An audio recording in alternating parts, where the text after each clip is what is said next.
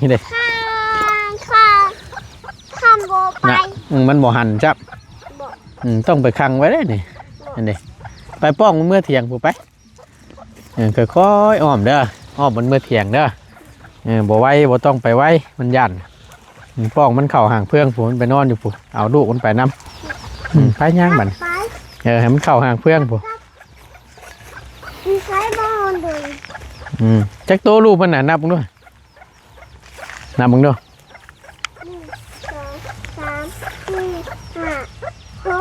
6 ตัวกับบาตูน7นานขึ้นไปที่จังสีนะพี่น้องเนาะมีแต่ว่าเขาเข้าไปเยี่ยมไปยามถ้าว่าเขาผ่านไปทางนั้นเนาะเข้าไปเยี่ยมไปยามน้องเพิ่นแล้วก็อัปเดตให้ทางพ่อแม่พี่น้องได้เบิ่งนั่นแหละพี่น้องเพราะว่างานเขามันงานเขารับผิดชอบแล้วเขามันแล้วเบิดเรียบร้อยเลยขอเสียวานซึ่งช่วง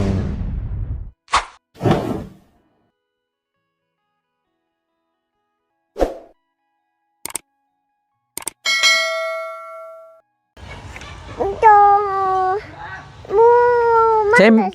ช่เมย์มันอยู่ใช่ลูกล่ะไปหาเมย์ไปลูกไก่ตัวไรอันนี้น่ะ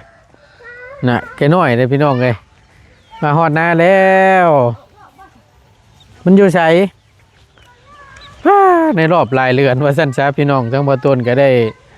ออกมานาเนาะพอดีแวะมานาก่อนมื้อนี้ก็ได้ออกมาเบิ่งก่อนหลังคาห่างเพื่อนก็ยังบ่ทันแล้วอยู่เอาละปีนี้พี่น้องเอ้ยจักสิเป็นอะไรทางบ่ตูนก็ได้เพราะว่าทางป้ากับลุงเพิ่นสิลงไปทำงานอยู่ฝั่งไทยว่าซั่นเนาะจักสิเป็นจังได๋ละปีนี้เฮ็ดนาน้ำแน่แล้วบ่ตูนก็ได้เนาะยากแน่หน่อยนึงพี่น้องเอ้ยทั้งแบ่ทั้งงัวทั้งเฮ็ดนาอยู่กัน2 คนถ้าว่าป้าลุงเพิ่นลงแล้วก็ได้เพราะว่าถ้าว่าป้าลุงเพิ่นอยู่แล้วแม่นเพิ่นเฮ็ดนะพี่น้องเนาะเพิ่นลงป้าแล้วก็แม่นแล้วแหละทางบ่ต้นก็สิได้ยากแล้วปีสิมานี่พี่น้องก็ใช้ลูกล่ะอยู่ใช้แม่มันน่ะโอ้ยบ่เห็นซ้ำ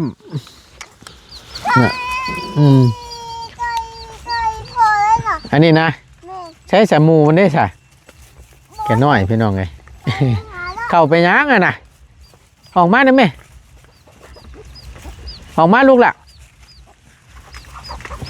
โมเมนต์หรอกแม่มันนั่นตัวนั้นนะโมเมนต์ดอกออกมาโมเมนต์มาใช้แบ่เข้ามาหรอบ่เอาแกน้อยเจ้านี่เชเอ้ยมันแท้เอาก่อนเดินกราบสบายดีและสวัสดีเด้อพี่น้องเด้อสบายดีป้าลุงกันลูกแหละสวัสดีป้าลุงพี่ครับผมสบายดีกันตอนยามแรงๆเด้อพี่น้องเด้อเนาะพบเจอกันในคลิปนี้พอดีออกมาหน้าก่อนแต่ว่าทั้งพอลุงแม่ป้าเพิ่นไปฟังไทยกับทีหนึ่งกันสิบ่ได้เข้าโรงเรียนแล้วยามลำให้ลำหน้านี่เนาะลูกล่ะเนาะหมูมีไปส่งแล้วพี่น้องเอ้ยยากขึ้นไปมื้อหน้าแหละบ้านนี้เนาะก็สิลำบากแหละ ไปเดี๋ยวทั้งบ่ตูนสิไปเบิ่งก่อนพอดีลักกี้เฮ็ดยังอันนั้นมาแม่จะหน่อยแบ่สิได้ชนเพิ่นโอ้ยหมอนี่เฮียนเนาะขี้ดื้อแท้พอได้เพิ่นแล้วเผาเที่ยง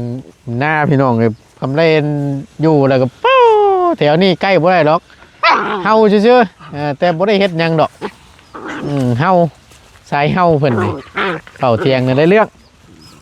เฮาอย่างเดียวมีคู่เพิ่นคู่นึงแต่เสียแหละตัวแม่ตัวนั้นอย่าลื้อไปหาแม่มันลูกหล่ะไปไปหาแม่มันไปอย่าหยอกกันโอ้ยเนาะโตนี่ใช้ไก่น้อยได้ใช่ใช่ไปใช่แม่มันน่ะมันแม่นบ่ลูกไก่ไก่เจ้นั่นบ่แม่นบ่นั่นนะใช่แม่มันได้ใช่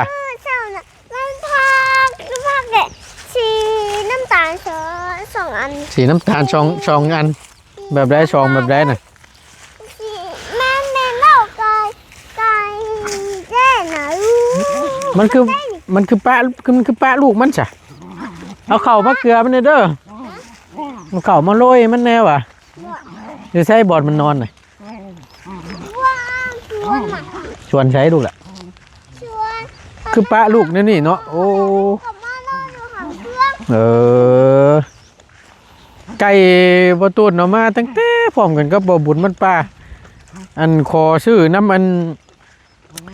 น้องอึ้งเพิ่นพี่น้องไงตั้งแต่หล่นแล้วล่ะแม่นแล้วพอดีมันได้ลูกตัวผู้ผัดตายครับงัวเหยียบเพิ่นเดือแต่ตัวแม่บาดนี่เดืออยู่หาก็ได้ไข่เพิ่นนี่จักอยู่ใส่บุอยู่ใส่ลูกล่ะ อยู่เฉยกับ อยู่ใส่ไก่ ตอนทำให้อยู่แม่นอนหันเครื่องอยู่ โอ้ ตอ อ่ะ นเช้ามันกับไปหาดิน บ่ แม่ บรรยากาศยามแรงๆเด้อพี่น้องเด้อเนาะอยู่ตรงไห้ตรงหน้าช่วงแรงๆค่อยคำลงแรงเนาะ ตา นี่แหละมีแต่ตัวเพื่องห่าวระบาดนี่ ไก่พอ นะ กินข้าวนะที่ จับ ตัวแม่ จับเจือได้ลูกหลานเด้ออืม ไก่พ่อบน น่ะโอ้ยบ่ได้เอาแกไม่เสือกตัวนี้ขึ้นไว้ ที่จือพ่อคุณแม่บอก ฮะ แม่บอกไก่พอน แม่ม บอก น่ะเคดีใส่ชุดมานี่เนาะใช้เห็นอยู่บ่บาดนี่มาหากับแม่ไก่เพิ่นตัวนี้พี่น้องเอ้ยหลานน้อยตีหนึ่งป้ามาหาบ่พ่อซับเนาะไปอยู่ใช่เด้บาดนี่ไปหาเบิ่งก่อนพี่น้องเอ้ยใช่เลยบาดนี่แม่มันอยู่ใช้ลูกล่ะ บ่เห็น ฮะ พ่อแม่มาโคบตาย บอกว่าเห็นว่ากะอยู่นอกพุ่นได้ค่ะ ไป อยู่นอกพุ่นบ่เห็นบ่อ่าคอกเว่กับพี่ได้พี่น้องคอกเว่ก็ได้บ่ได้อันนั้นเพิ่นบ่ได้แปลงเพิ่นซักน่ะแม่ก็ยังเดือบ่กี่โตแม่อ่าบ่ตูนชื่อให้น้องตีหนึ่งนี่ให้ป้าเพิ่นเรียกได้ทำแม่เฮาน่ะแม่นบ่นี่มันม่านได้นี่เนาะเอิ้นเอาดูฮะเอิ้นเข้าคอกดูฮะเอิ้นเอาลูก แม่เขาพ่อ เอิ้นเอา อยู่หน้าเส้นทะเลน่ะ เออเนาะ ยุ่งมันดู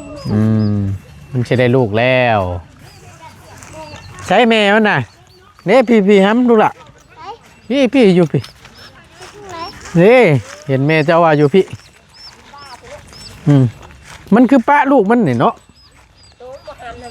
โอ้แม่นแล้วนี่ขังไว้เด้อ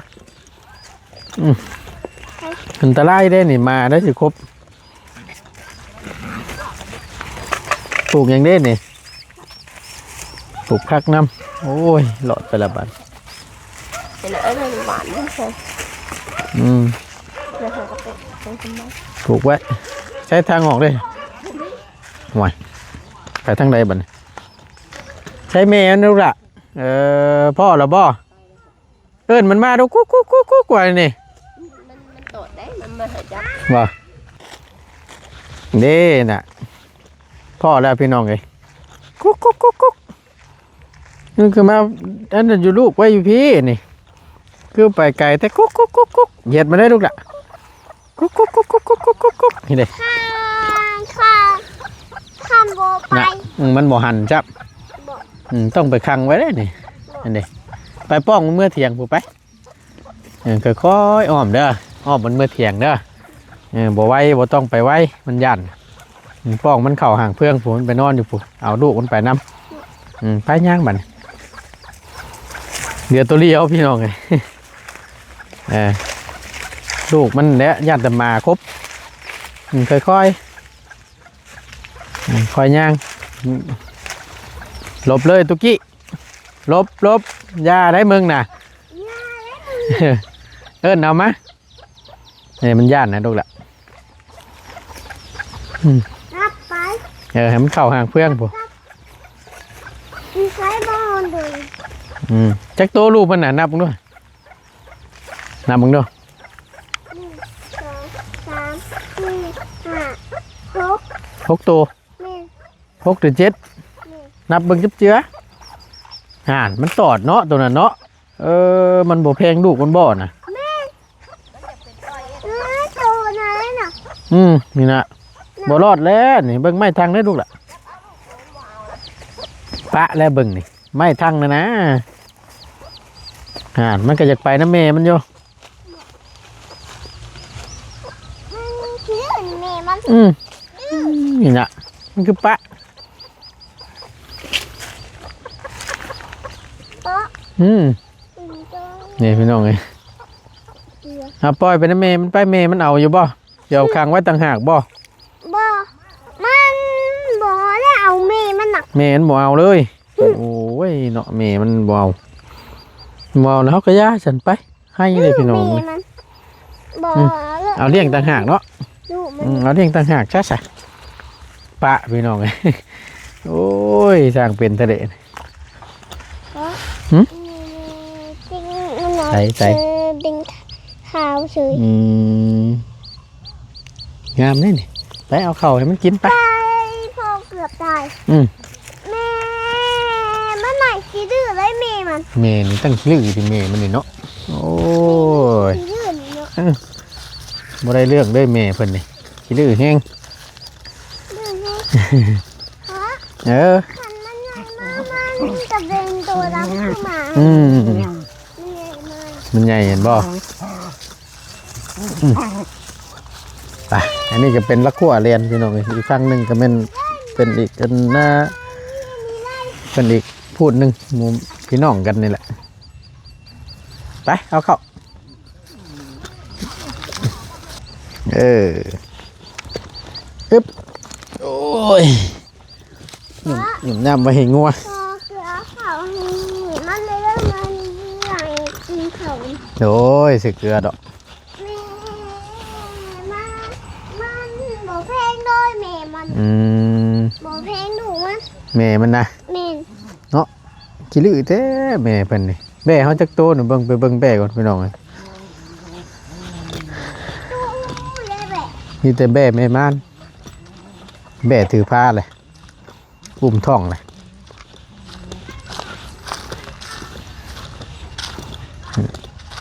ช่วงหนึ่งแรงพี่น้องเนาะบรรยากาศแดดอ่อนๆกับบุ้มีอย่างไรเด้อพี่น้องเด้อคลิปนี้ก็ได้เนาะถ่ายทำบรรยากาศอยู่ตรงไห้ตรงหน้าเนาะหรือว่าอยู่หน้าของบ่ตัวเองบ่ได้ออกมาหล้นเติบเลยตั้งแต่พุ่นแหละพี่น้องเอ้ยในรอบหลายทิศหลายเรือนก็ว่าได้เนาะเนื่องจากว่ากับบริคอยได้อยู่ทางบ่ตูนก็ได้ไปพุ่นไปพี่อยู่คือเห็นนั่นแหละก็เลยบ่ได้อยู่เนาะ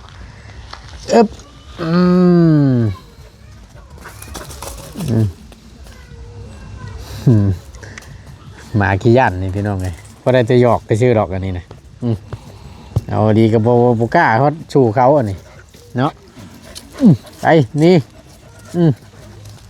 น่ะแม่นั่นกะม่านบ่ได้พี่น้อง1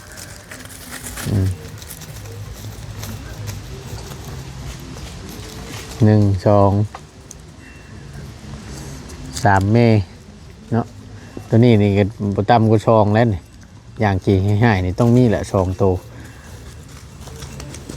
เบสู้เบช่างระวังยากแต่มาผู้อื่นพี่น้องเลยมันไปหากินขามห่วยไปตรง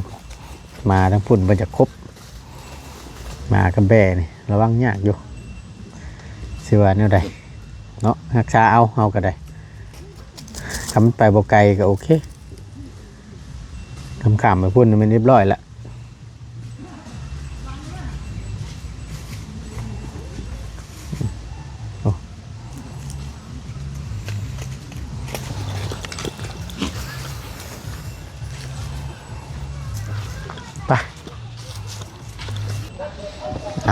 มา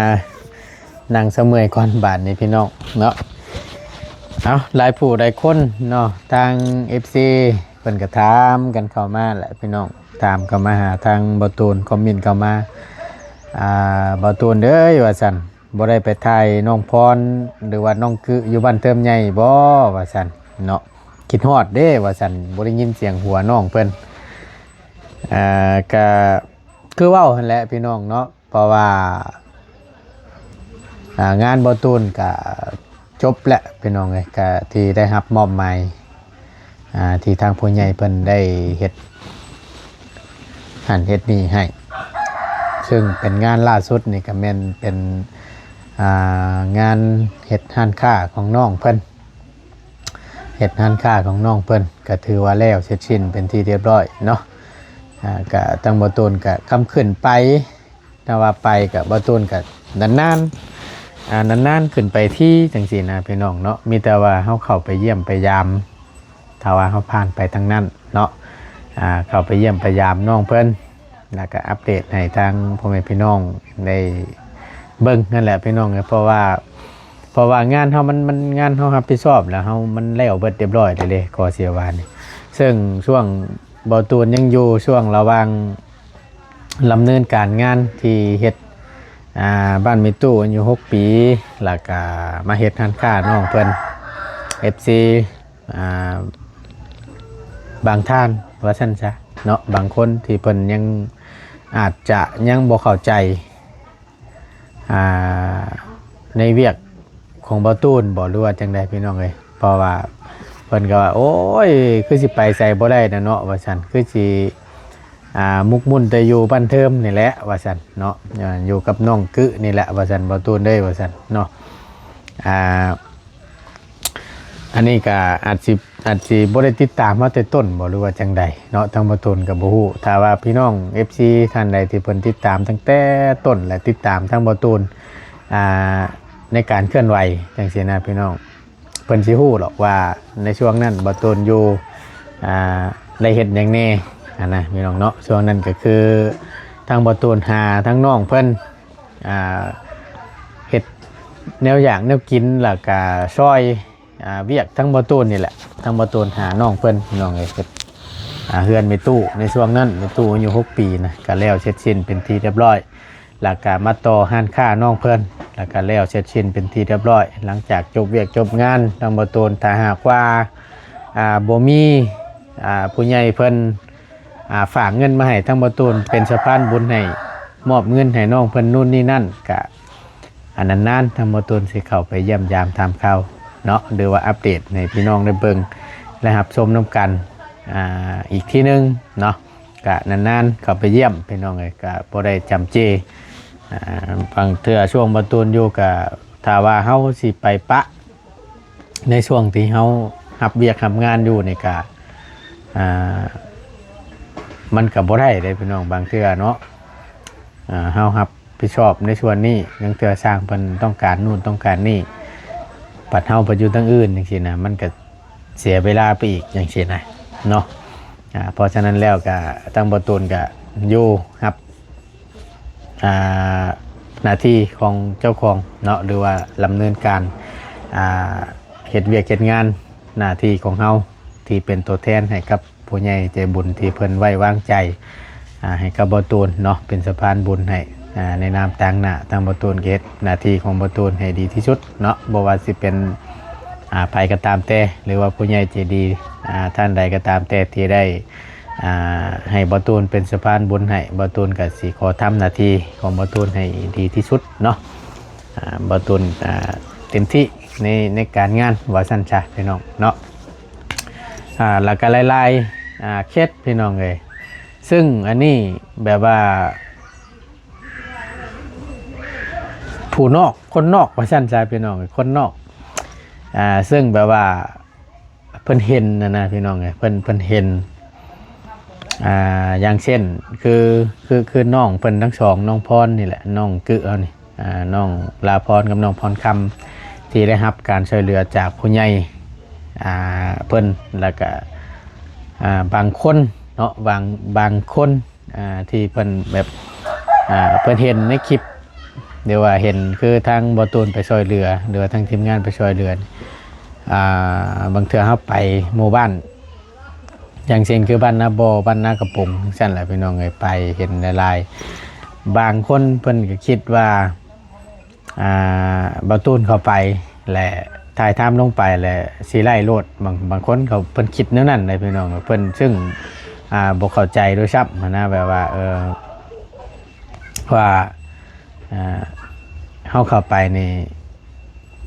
สิได้รับการช่วยเหลือบ่หรือว่าจังใดหั้นนะอันนี้มันก็ขึ้นอยู่กับผู้ใหญ่เพิ่นเนาะซึ่งบางคนบ่เข้าใจในจุดนี้บางคนก็คิดว่าบ่เป็นเงินของบ่ตูดเองจังซี่นะพี่น้องเนาะแต่จริงแล้วมันก็บ่แม่นพี่น้องเอ้ยเนาะก็เป็นผู้ใหญ่เพิ่นที่เพิ่นมาบ่ฮอดจอดบ่ถึงและเพิ่นเห็นเพิ่นคิดรู้ตนบุคคลคนนั้นครอบครัวนั้นและเพิ่นอยากทำบุญอยากชดอยากช่วยเป็นข้าวเป็นน้ำหรือว่าเฮ็ดเทือนเฮ็ดชานหม่องที่พักอาศัยจังซี่นะพี่น้องทางบ่ตูนนี่เป็นตัวแทนว่าซั่นซะเนาะในนามสะพานบุญก็ได้ช่วยได้เป็นมือเป็นตีนให้เพิ่นว่าซั่นซะพี่น้องเนาะผู้เพิ่นมาบ่ได้ผู้เพิ่นอยู่ไกลเพิ่นอยากเฮ็ดบุญบ่ตูนเป็นตัวแทนให้จังซี่นะเนาะถามว่าบ่ตูนช่วยบ่ก็ช่วยเป็นบางสิ่งบางอย่างถ้าหากว่าเนื้อแห้งเฮาก็บ่ได้แหละพี่น้องเนาะเพราะว่าเฮาก็บ่มีปานนั้นนะ ก็มีแต่เพื่อแต่แห้งนี่แหละบางเทื่อบ่ตูนสู้ก็ได้เนาะพี่น้องเนาะก็ถ้าซอยแล้วมันบ่เป็นทุกข์ซอยแล้วบ่คิดหยังอันนั้นมันจังสิได้บุญพี่น้องเอ้ยคือบางคนพี่น้องบ่ตูนยกตัวอย่างที่ผ่านมาแต่ถามว่ามีบ่มีเด้เพราะฉะนั้นแล้วบ่ตูนบ่ขอเอ่ยชื่อก็มีหลายบางท่านฝากเงินมาปุ๊บซอยคนนั้นนี่เลยบางเทื่อแบบอยากให้เดี๋ยวนี้เขาจริงๆนะพี่น้องบางเทื่อโทรมาถามเป็นจังได๋ได้มอบเงินให้ละบ่ได้นู่นนี่นั่นละบ่บางเทื่อเนาะบางเทื่อเพิ่นบ่เข้าใจในแบบว่าในการทำงานของเฮานะแบบว่าเอาฝากมาแล้วกูจะเห็นเดี๋ยวนี้นะอันนี้ว่าขอโทษนะพี่น้องว่าคำหยาบกูจะเห็นเดี๋ยวนี้น่ะที่นั่นอยู่บ่จริงนะมีแต่บ่โดนพ่อลายเนาะแต่ว่าก็คล้ายๆว่าฝากนั่นแหละย่านคือว่าบ่ไว้ใจทั้งบ่ตูนจริงๆนะพี่น้องเอ้ยถ้าว่าย่านนั่นนี่ถ้าว่าย่านเงินจำนวนนั้นบ่ฮอดชวนนั่นเขาว่าญาตินั่นแหละบ่ผ่ามันขยะพี่น้องเลยเนาะหนึ่งหลักๆเลยแหละหนึ่งต้องมั่นใจหรือว่าเชื่อใจผู้ที่จะเป็นสะพานบุญให้อย่างเช่นคือบ่ตูนต้องมั่นใจแหละคือบ่ตูนถ้าผ่าเงินจำนวนนี้ไปคงสิฮอดมือบุคคลคนนั้นหรือว่าไปฮอดมือน้องคนนั้นครอบครัวนั้นต้องมั่นใจในตัวว่าตูนหรือว่าใครก็ตามแต่พี่น้องเลยจังผักแล้วก็ผักมาแล้วกับโบเป็นทุกข์กันนะพี่น้องเนาะบางเทื่ออาจจะช้าเด้อพี่น้องเด้อบาตูนก็ยอมรับบางเทื่ออาจจะช้าบางเทื่อเฮาอยู่ในช่วงมันจังซี่นะพี่น้องอยู่ในช่วงมันบางเทื่อคือที่ผ่านมาอันนี้ทั้งบาตูนกับมีบางครั้งบางคราวจังซี่นะพี่น้องเนาะอย่างเช่นล่าสุดนี่คือทางบ่ตูนได้เป็นสะพานบุญให้กับทางแม่ใหญ่ใจดีหรือว่าทางคณะเพิ่นอยู่สหรัฐอเมริกาพุ่นเนาะอันนี้ทางบ่ตูนก็กราบขอโทษขออภัยนำได้หลายเด้อที่ทำงานให้ล่าช้าแน่เนาะในช่วงนั้นก็จังว่าเฮ็ดเฮือนมีตู้อายุ6 ปีเพิ่นแน่พี่น้องเอ้ยบ่ตูนแล่นพุ่นแล่นพี่ช่วงนั้นปลากระแตะกระขาดแน่อันที่ชื่อไปให้เพื่อนน้องวายนะพี่น้องเนาะก็ยังดีแต่ว่าผู้ใหญ่เพิ่นเข้าใจไว้เพิ่นเข้าใจแล้วก็ไว้ใจทั้งบ่ตูนเนาะถึงสิล้นจำได้ก็บ่เป็นหยังนะพี่น้องไอ้บ่ตูนก็ต้องขอบคุณหลายๆเนาะที่ไว้เนื้อเชื่อใจถึงล้นปานใดเพิ่นก็บ่เคยทวงบ่เคยถามเลยพี่น้องไอ้ว่าบ่ตูนได้ไปมอบนู่นนี่นั่นแล้วเรียบร้อยแล้วบ่นะบ่มีแต่บ่ตูนนี่ช่งไปบอกเพิ่นถ้าว่าตัวไรมันช้าบ่ตูนกับบ่ตูนคำนวณเบิ่งถ้าว่าบ่ตูนมันสิช้านิดนึงบ่ตูนอัดข้อความเสียงหรือว่าโทรหาแจ้งเพิ่นให้รับรู้นำจังซี่นะพี่น้องเนาะบางเทื่อเฮาติดเวียกตัวนี้เฮาก็อธิบายให้ฟังจังซี่นะเนาะอันนี้ก็ล่าสุดนะแม่นน้องวายแหละพี่น้องเอ้ยครอบครัวของน้องวายเพิ่นชื่อปากระแตะกับข้าวองค์บ่ตูนมอบให้ก็ได้เนาะเพราะฉะนั้นแล้วก็ทั้งนี้ทั้งนั้นก็จังให้เข้าใจน้ำกัน FC ทั้งใหม่และเก่าเนาะเบิดทุกท่านพี่น้องเอ้ยที่ติดตามทั้งบ่ตูนและเบิ่งผลงานบ่ตูนว่าซั่นซะเนาะยังให้เข้าใจนํกันบางสิ่งบางอย่างพี่น้องเนาะเอาอยู่ดีมีแฮงท้ายๆคลิปพี่น้องเอ้ยก็บ่มีหยังคลิปนี้ก็ได้เนาะก็มานะกับน้องตีหนึ่งว่าซั่นซะเนาะช่วงแรงๆพี่น้องเอ้ยถ่ายทำบรรยากาศแล้วก็นี่แหละมาเล่าสู่FC ฟังบางท่านอาจจะบ่เข้าใจทางเสียนะพี่น้องเนาะก็สิประมาณนี้เด้อพี่น้องเด้อเอาขอบคุณหลายๆพี่น้องที่เป็นกำลังใจและติดตามรับชมคลิปเนาะโดยบ่ข้ามโฆษณาสิ่งที่สำคัญบ่ตูนขอบคุณหลายๆอยู่ดีมีแฮงเด้อพี่น้องเด้อพบเจอกันคลิปหน้าสำหรับคลิปนี้บ่ตูนขอจบลงไว้เพียงจำนี้ก่อนเนาะถ้าหากว่าบ่ตูนเว้าผิดพลาดประการใดหรือเว้าบ่ถูกบ่ต้องบ่จบบ่งามเนาะบ่ตูนกราบขอโทษขออภัยนำหลายๆเด้อพี่น้องเด้อท้ายๆคลิปนี้เนาะสำหรับคลิปนี้ลาแล้วอยู่ดีมีแฮงเด้อพี่น้องเด้อพบเจอกันคลิปหน้าสบายดีเด้อพี่น้องเด้อไป